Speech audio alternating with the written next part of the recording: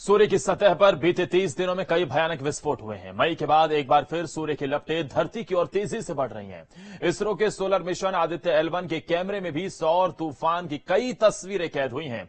इन तस्वीरों में सूरज का गुस्सा खतरनाक संकेत दे रहा है।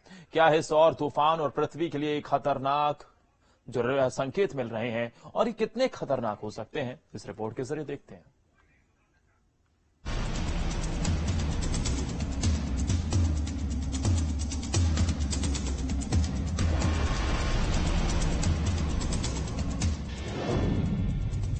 सौर मंडल से आने वाला है सबसे बड़ा संकट। दुनिया को झुलसा देगी सूरज से निकलने वाली आग। सूरज बरपाने वाला है धरती पर भयंकर कहर। सूरज पर हुआ एक और बड़ा धमाका।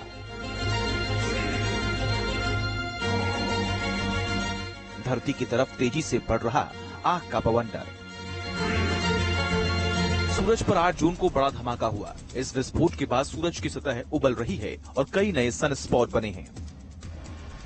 NOAA के SWPC यानी स्पेस वेदर प्रेडिक्शन सेंटर के मुताबिक 8 जून को हुआ विस्फोट 7 साल में सबसे बड़ा विस्फोट था, जिससे सूरज पर भयानक तूफान आया।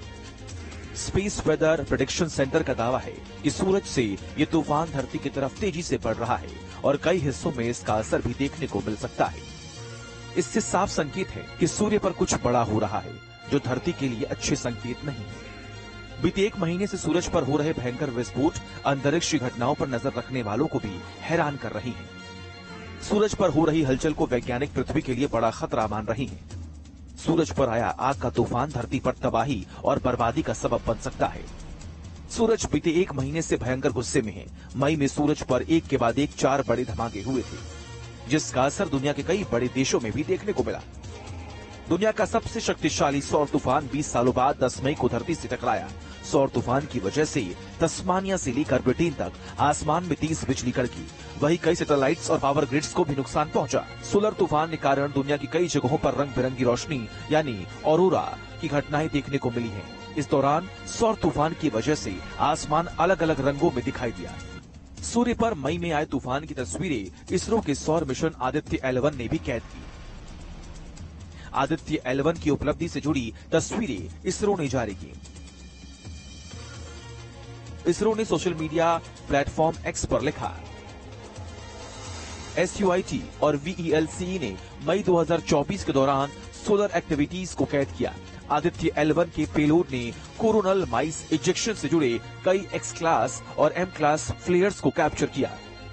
इन तस्वीरों में सनस्पॉट, अम्ब्रा, पेनम्ब्रा और प्लेस की चमक दिख रही है। इसरो के मुताबिक इन तस्वीरों से अंतरिक्ष घटनाओं पर रिसर्च करने वाले वैज्ञानिकों को सोलर फ्लेयर्स, उनके energy distribution, sunspot, white wavelength में यूवी रेडिएशन और लॉन्ग टर्म सोलर वेरिएशन की स्टडी में मदद मिलेगी। आदित्य L1 ने जिस सौर तूफान को कैमरे में कैद किया, आप समझिए वो सौर तूफान क्या है और कैसे धरती के लिए खतरनाक है।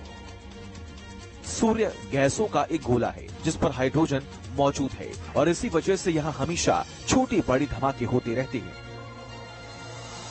सूर्य की सतह पर बड़े विस्फोट होते हैं, जिन्हें CME यानी कोरोनल मास इजेक्शन नाम से जाना जाता है। ये विस्फोट कई परमाणु बमों जितने शक्तिशाली भी हो सकते हैं। जब सूरज पर विस्फोट होते हैं तो उनसे सौर ज्वालाएं निकलती हैं और ये पृथ्वी की ओर कूच करती हैं। इनकी रफ्तार 30 लाख मील प्रति घंटे होती है।